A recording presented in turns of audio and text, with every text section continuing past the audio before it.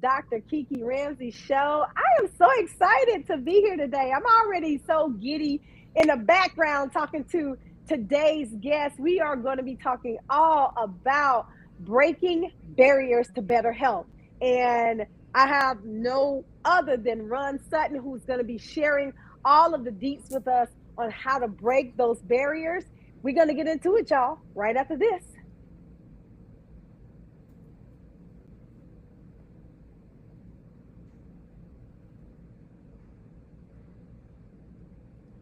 Okay, maybe not right after this.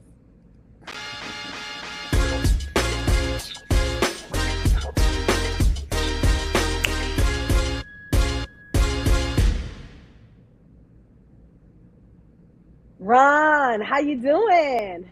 I'm doing well, Kiki. How are you doing?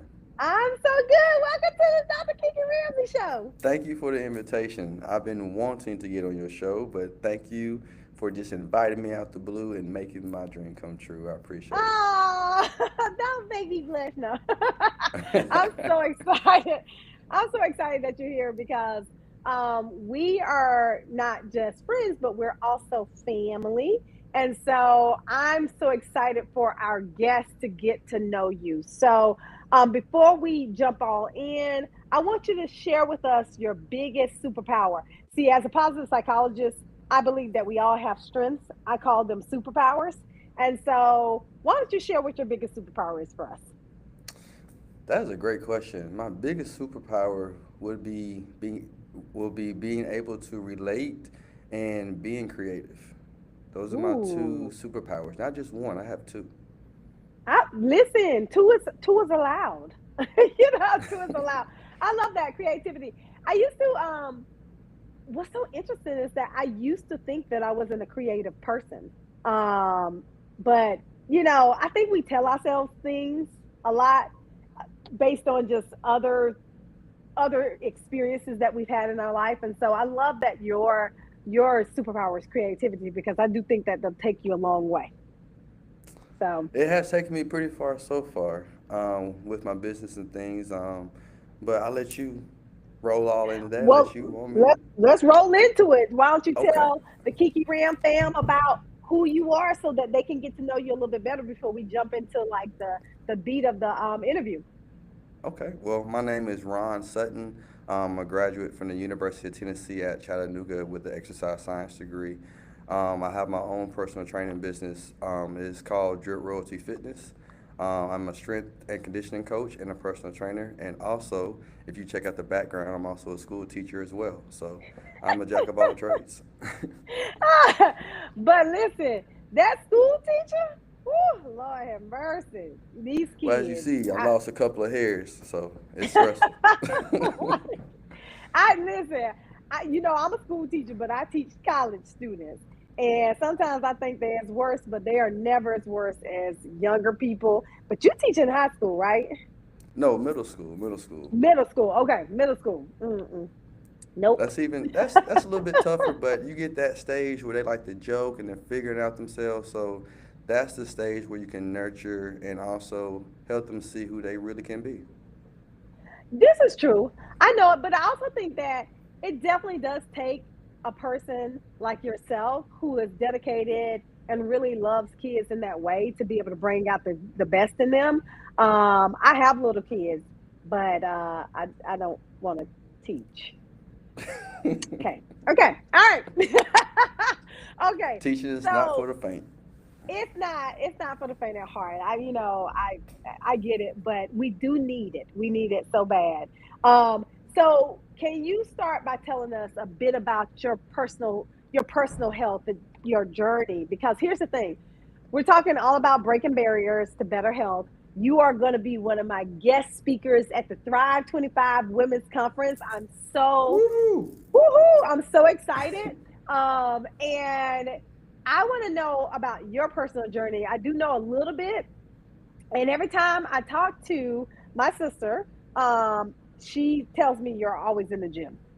So, um, but I know you didn't start there. So I'd love to know what led you to become a personal trainer and a wellness coach, and a little bit about your journey. That's a great question. My journey started, it clicked when I was about 8.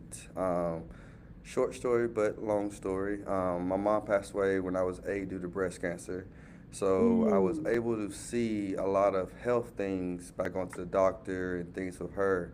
So being able to help her with her medicine and her routine and staying healthy and active, that kind of led me into wanting to help others become healthy, but not just others, more specific women.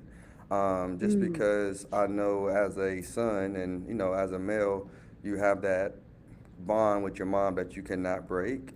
So being yes. able to see her go through the things that she went through made me understand that health is valuable, no matter what stage of life that you're in, and you have to own your health. Not saying that she didn't because it was a diagnosis of cancer, but there's different things that we can do to prolong our lives. And so once I lost her, that helped me as a young child start looking into science and health. And then back to my introduction, went to University of Chattanooga, studied there, and I found a love for helping people get in shape. Started Mm, off at age of 19. I was offered my first boot camp class at 5 o'clock in the morning. I had only maybe 40 people in the beginning, and then after about a year, I had the whole gym rocked out. So I found my wow. passion because I didn't have to set my alarm. So most of the time you have to set your alarm to get up, but my Yep. body will automatically wake up at 4 o'clock, and I'd be excited to see all the faces. So that is how my journey started. I've been Wow. doing fitness for about 18 years. And one side note that really drove my passion was when I ruptured my Achilles tendon back when I was 27. I was doing CrossFit workouts, working out really hard, and I stretched, but I didn't stretch all the way through like I thought I did, and I popped my Achilles. And when I moved to Charlotte, North Carolina, that made me realize that it's only me that can do the rehab. So I had to Mm, rechange my dieting because I gained weight because I only had 1 foot.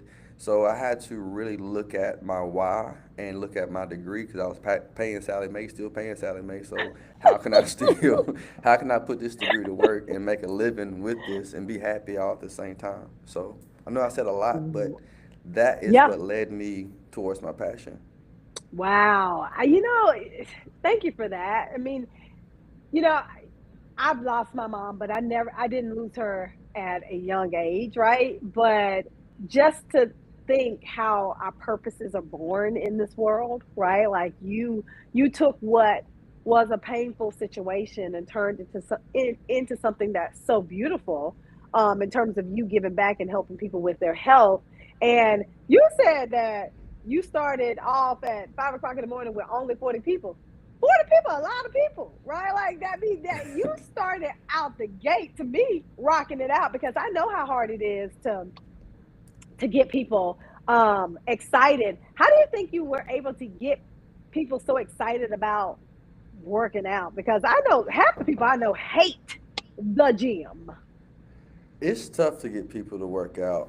What I was able to do, I used my skill set with listening. Dealing with 40 different people and different goals, you have to be able to listen and be creative because each class cannot be the same. Yeah. Everybody does like certain moves and they like certain songs, but you have to bring the flavor. So when I mean Yeah. flavor, you have to bring your style, creativity. You have to bring new dance moves, new step moves, something that is out the norm. You have to just Mm. try it out. If it fails, it fails. But at the end of the day, they love the creativity and the energy. Now, getting up at 4:30 and 4 o'clock, I don't know how I did it with the energy, but when the lights hit, it was time to go. So I couldn't fake the funk like I was tired because if I was tired, they was gonna be tired. So Mm. just being True. able to help them see if you're here at 5 o'clock or 4:45, you're here for a reason, and let's stick to it and make that goal a reality. Wow. No, I think I definitely agree it's true. I love working out in the morning time. I did go to the gym today. This has been a crazy week, so I've been slacking. But today, because I knew I was gonna be talking to you. Hey, there we go. You had me in your back of That's your head. You better get up that Peloton. exactly, exactly. I was like, let me work out today. But I love working out in the morning time, but you work out all the time, right? Like So what's your preference and what do you think is best for people?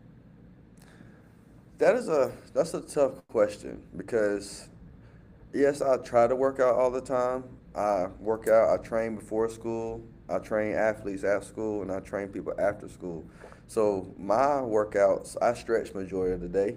That's how I'm Mm, still being able to be flexible and do certain things. But the best time is when you can find an hour of peace. mm, Like for instance, you said you like to work out in the morning. I would love to work out in the morning, but I'm more of a night owl. So I love to work out from maybe 10 to 12 because one, there's nobody in the gym that late. I don't have to fight for my machine. And then two, I can take my time and release my mind after a long day because being a personal trainer and a strength conditioning coach, I'm absorbing so much energy.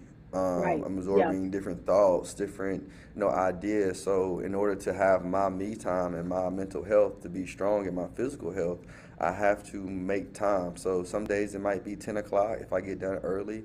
And some days I don't want to go, but I find a way to just to do something, Yeah. so that way I can stay consistent. So Yeah. um, to answer your question, if I didn't, is just staying consistent. So if Yeah. you want to get up at 5 and you can't get up at 5 that day, don't get upset throughout the day. Find a break. And so if your lunch break, if you got an hour, go walking. Eat your lunch for 30 minutes and then take the other 30 minutes and go walk, or just Yeah. walk the whole 30 minutes and then Yeah. just don't eat because sometimes we try to calculate calories and time and all that, and we just lose our way. And that's Mm, something that's yeah. very hard to maintain when you're doing fitness is staying consistent. Yeah. As you talked about consistency, I know that that's always a hard thing for a lot of people, and I know a lot of people always do a bunch of start, stop, that kind of thing. And my goal is just to never stop, even if I might take a couple days off, then, still get back on there. Don't let 2, 3, 4 weeks go by before you like start over because then you're like, oh my God, I'm starting all over again and my body is sore and I hurt. you know. And you're starting all the way over. Your body is like, what just happened? Why are you doing this to me again? And then when you get that soreness again, it's like, you know what? I'm done because you done made it past that. Now you're here again. But to answer that question or piggyback off that, pain is not for forever. And so Mm, when you go work out, you can't dwell in the soreness. yeah. You can't dwell in your problems every day because you're not gonna get anything done. So that soreness is telling you that you need to do more. It's not Yeah. the opposite. Oh, So okay. in order to get out of that pain, so for instance, if you did leg day, squats, all right. So if you're trying to build those thighs, it's going to hurt going up the steps. But that is a hurt to let you know that, hey, my body is alive. I just need to Mm. stretch. And stretching is something that we are not doing enough of. Oh, So those things help with blood circulation. So don't think when you go work out that you're sore that you overdid it. Sometimes you might have, but that's not always the case. The case is just get okay. up, move, and that you're alive. Because if you're not Yeah. sore, you probably didn't do something right. And not Yeah. looking for a soreness to tell you that you did something right, but exercise is all about form. So a lot of times when you go to the gym, and I see this at the gym a lot, and I have to help people sometimes, it's like, hey, you're not doing that right. And a lot of Uh, times when you go to the gym, you're seeing other people do other exercises. So we try to imitate them, and that's not always the best thing. ah, yeah. We can get to a whole conversation about like personal training and stuff like that. But before we, make it even there, you mentioned something earlier about like your mind and body and stuff like that, and we do know that when it comes to getting healthy, it's not just about working out.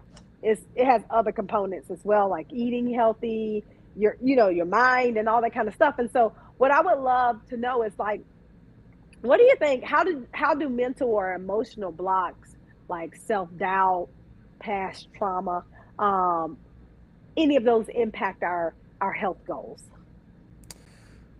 It impacts our vision, and our vision, which is Mm, how we see ourselves, which allows us to see how we can accomplish our goals. Mm, So with our past trauma or our past events or that day that's going bad, that can really be a hindrance to our mental health because we get so bogged up in the fog of everything that's going on mentally that we yeah. forget to take care of ourselves emotionally. So one thing that I always try to get my clients or my athletes to always look at, I know we always say mind, body, soul, but I always Hmm. say soul, mind, body because Hmm. your soul, mind, and your body, you can't have a mind without a soul, and your mind can't control anything if you don't have a body.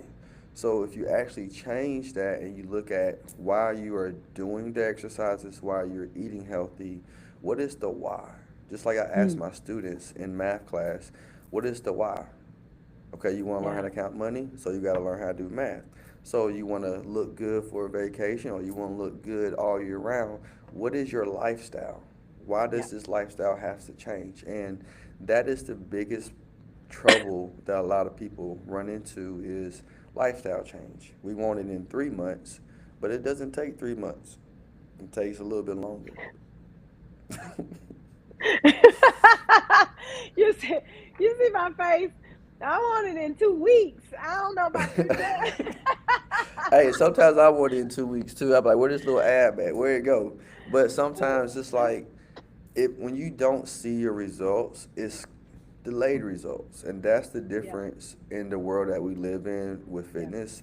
Fitness is more delayed, and now we're living in a world that's more instantaneous, and so we get caught up in the fad diets and Yeah. things that's not working for us because not every diet is for our body type. No. You know, I'm one of those people who I'll try anything for the most part, like trying to figure out what's going to work.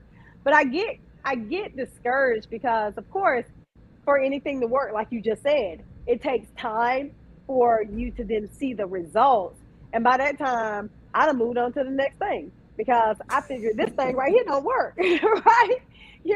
So Exactly. how do you really figure out, like, for yourself, what works? So what's the best way to go about what works for you as a person in terms of your overall health? Mm. Being able to accept your own failure. Ooh, And the okay. reason why I say accept your own failure because a lot of times when you're in the gym, the weights don't lie. So if you go in there True. and you pick up from a guy's perspective, if you're trying to get a really nice chest and things of that nature, you go put 225 on there and you can't lift it. It's a reality check. So sometimes for guys, it crushes the ego. And then Mm, sometimes for women, it's not the ego, it's the motivation. Sometimes I'll say this carefully, but it's the comparison. Um, why is she like this and I'm not like that, or why yeah. is she doing that workout and I've been doing that same workout and I'm not getting that same result. Mm, So that's why I run in more with my women clients is the comparison of another person versus with guys I come into more of the ego. ah, yeah, yeah, yeah. I mean, I know I do that sometimes because I've been trying to get a flat stomach for 35,000 years. Um, How long, Kiki? 35,000 years. 35,000 years. Ooh, girl.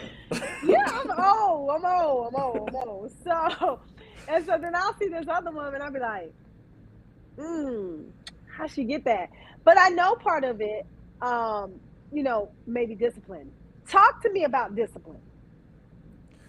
Ooh, discipline.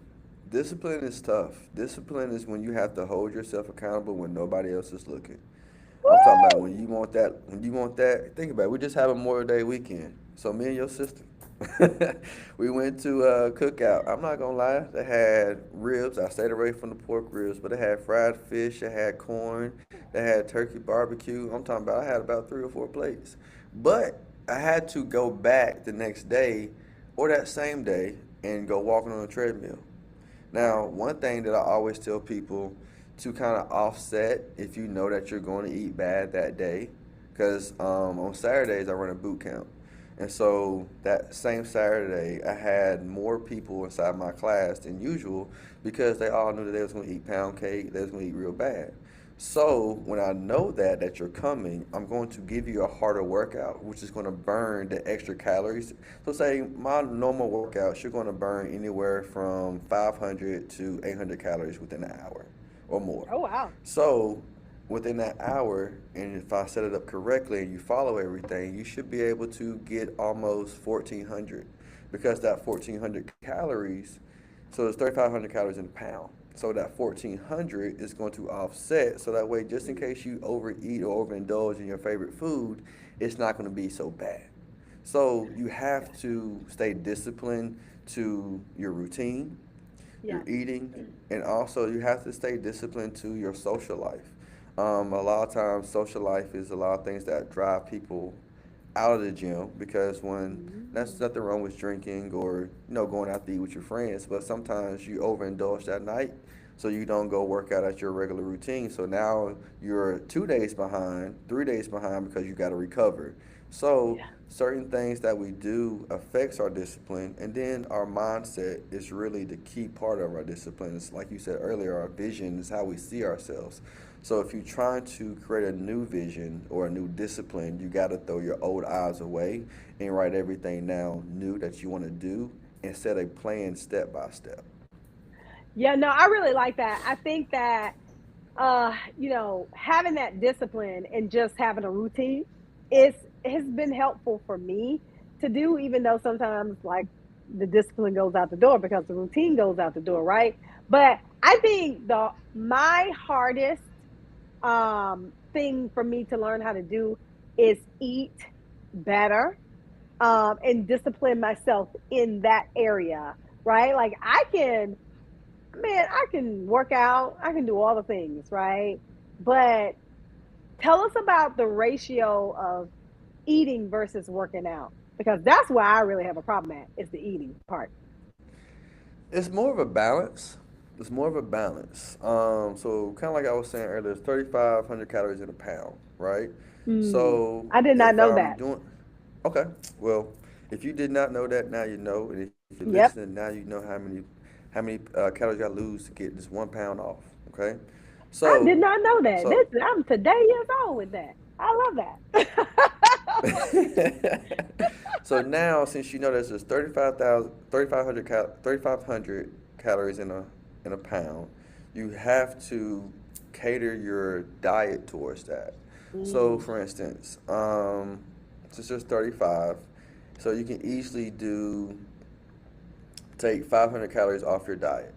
Okay, so if you do that, that's a great start because how many? So there's what 7 days in a week, right? So uh-huh. 7 times 500 is what? Listen, 3,500, right? I am not the no. You the math You, teacher. I'm the math teacher, right? But there you go. So that's the simple math right there, and how you can lose a pound a week or get there occasionally and gracefully.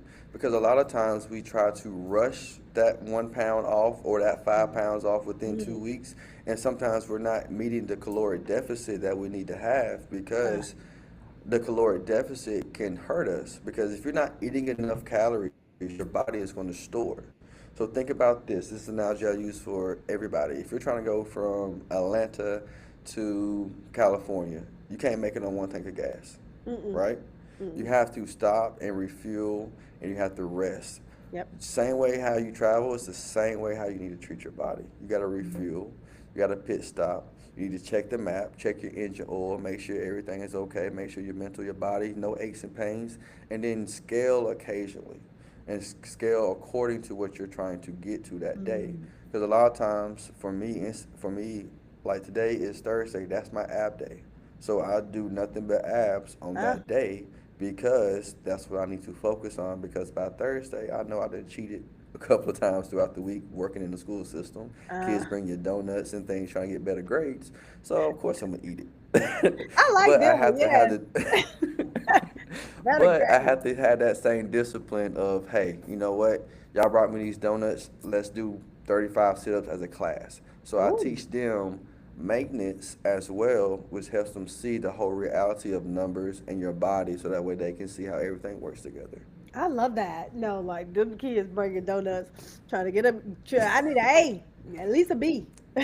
I might, Like, you might, if you bring me, if any of my kids hear this, I'm a big sucker for strawberry donuts and with sprinkles on top. That's oh my favorite. So if Lord, you bring me those, you're gonna get an A all week. oh Lord. Oh my God. Today is my kids, Mackenzie and Walter's last day of school, and whew, I am ready for the summertime. And I'm sure you are as well. So we are coming towards the end of our show, but I do want you to share what are some practical ways that people can start to shift from some unhealthy habits to ones that support better habits, more, better well-being. What are just a couple ways that people can start to shift from unhealthy to better? The first thing is be honest with yourself. You Mm, have to answer your questions honestly. You cannot think about what this person might think about you doing this, or your mom or your dad. You have to be able to be honest with yourself and be honest with your sacrifices. yeah. Um, we try to sacrifice so much so quick, and we fall off the train, and that just doesn't apply to fitness, that applies to life in general. Mm.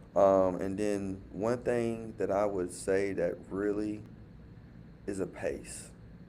Ah, Find a okay. pace that works for you. So if you want to lose 20 pounds, let's be realistic. Let's look at maybe, hey, let's cut that to 5 pounds within 4 months. Give Mm. yourself some grace, because life be lifing, as we know. So you never know Yeah. what happens. You might have to take an unexpected trip, or you might have to restart. So that grace and that time and that mindset are the Yeah. key things that you got to put in order before you do anything with your health. I love that.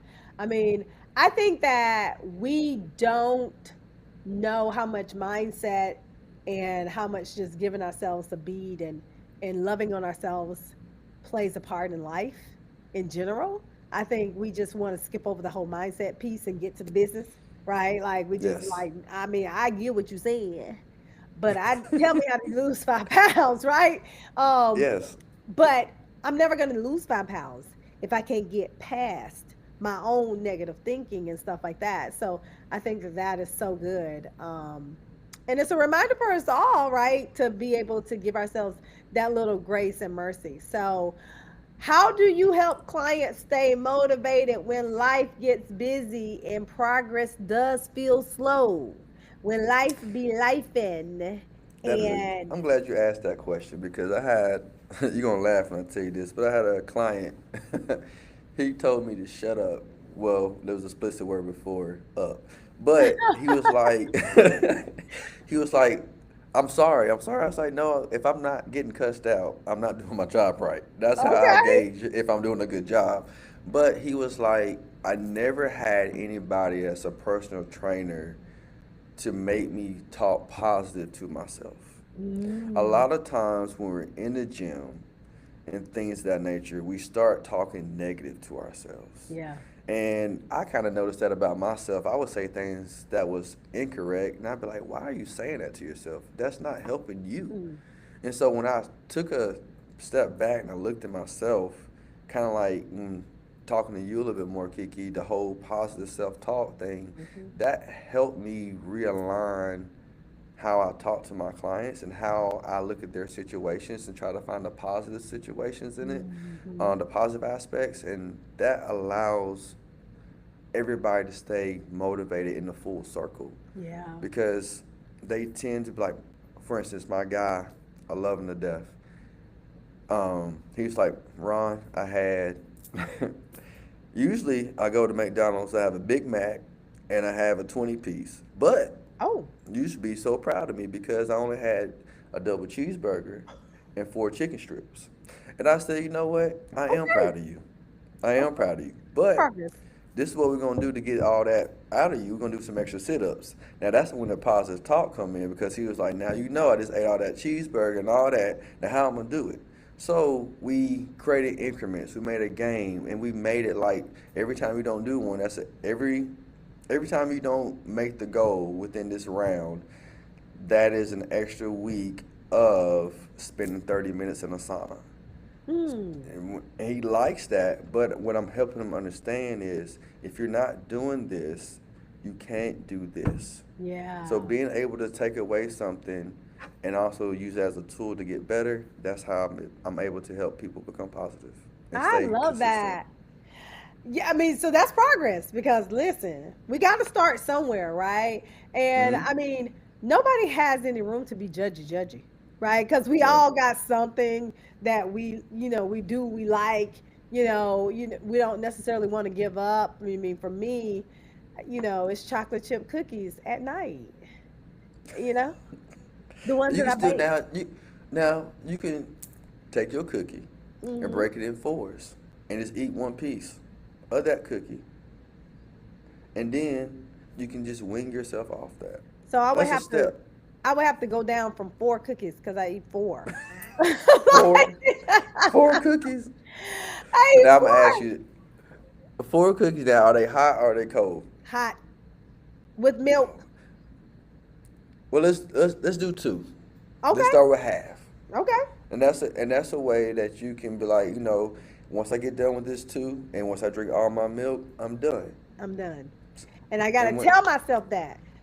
you gotta Or tell I'm yourself, also gonna cook only that because we have to cook them, right? Like I have to cook them. okay, So, and cook um, only two, and then put on the note on the freezer, only take two cookies out, Kiki. true, true. Because if you don't do that, you're gonna be like, you know what? I had a bad day. I deserve a cookie. You deserve a cookie. You deserve two, not three, not four. Just two. Okay. I like it. I like it. I got a plan. I got a plan because I'm like, but I like your mindset because here's the thing. I think that is so hard to cut everything cold turkey all together, like just do everything. We cutting everything out. I think that's when most people end up failing is that we don't do things in moderation. We try to take it all away. And then we might do it for a little while, but it doesn't last. It doesn't last. You get tired. You get tired. You get burnt out, and then you feel like, why did I do this? Yeah. Nothing gets accomplished. Your emotions go from here to here. Lord. Okay, so we have come to the end. Now, listen, you are one of our speakers at the Thrive 25 Women's Conference. I'm so excited you're going to be there. I know that you're going to drop so many more nuggets. This was just a little taste of what is to come.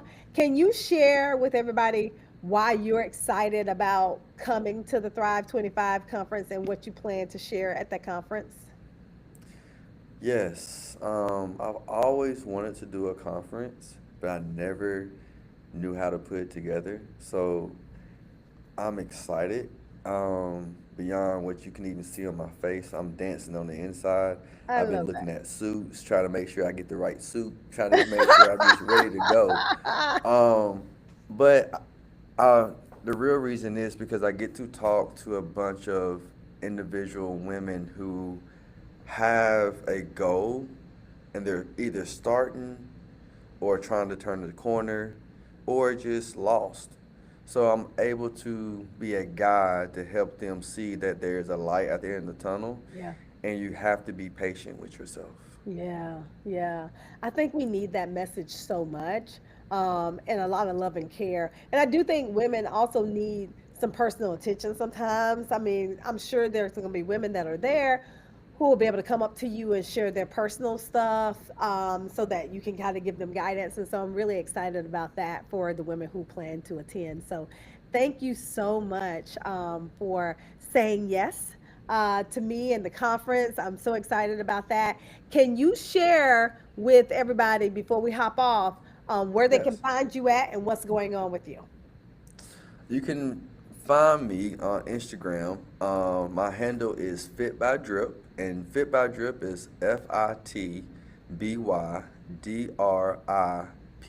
So two P's at the end. You can find me on Instagram. You can DM me there. What's going on with me here in Charlotte? I am getting ready to train some athletes here in Charlotte for their sports, for football and for softball. And then I'm getting ready to launch a women's boot camp as well here in Charlotte. And then I'm also getting ready to do a Sunday fun day during the summer, so that way you can get one free workout before you go drink those mimosas and eat all bad. Right? Margin. So Yes, I love that. Varney. So, so if you all are in the Charlotte, North Carolina area, check out Ron Fit by Drip on IG, where you can find out all the information about his boot camp that's coming up and his Fun Day Sunday. If I was there, I'd be in the house, but we live a little ways apart. But we are going to be getting together on the 4th of July and running this And 10K we gonna hit them together. dance moves. You know, so we're going to have a good old time. So thank you so much for being with me today. Are there any final words you want to share with the Dr. Kiki fam today? Give yourself grace and keep smiling when you can't smile. Ooh, I love that. Thank you so much for being here.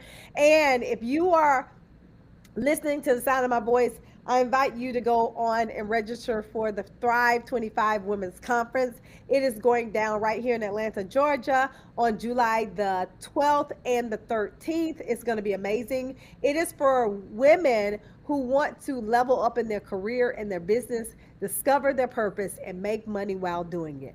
I cannot wait to see y'all at the conference. All right, y'all. Y'all know that you have the ability to create your own happiness. Talk to y'all later. Peace. Peace.